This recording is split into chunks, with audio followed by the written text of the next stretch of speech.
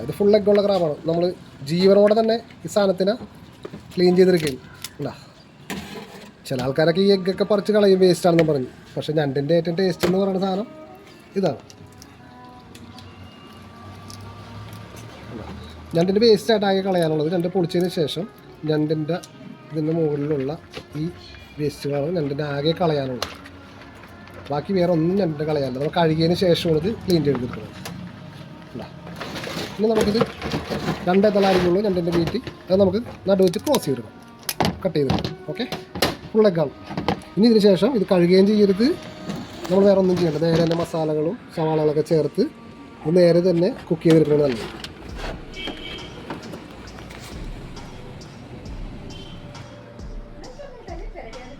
അപ്പോൾ ഫ്രണ്ട്സ്, നമ്മുടെ തൊണ്ടൊക്കെ പൊളിച്ച് തോടൊക്കെ പൊളിച്ച് വേസ്റ്റൊക്കെ കളഞ്ഞ് ഇത് എഗ്ഗ് ഇത് ഫുള്ള് നമുക്ക് കുറേയൊക്കെ എഗ്ഗ് ഉള്ളതുണ്ട്, എഗ്ഗ് ഇല്ലാത്തതുണ്ട്. മെയിൽ ക്രാബിൽ ഫുൾ മീറ്റുള്ളുണ്ട്, എഗ്ഗുള്ളുണ്ട്.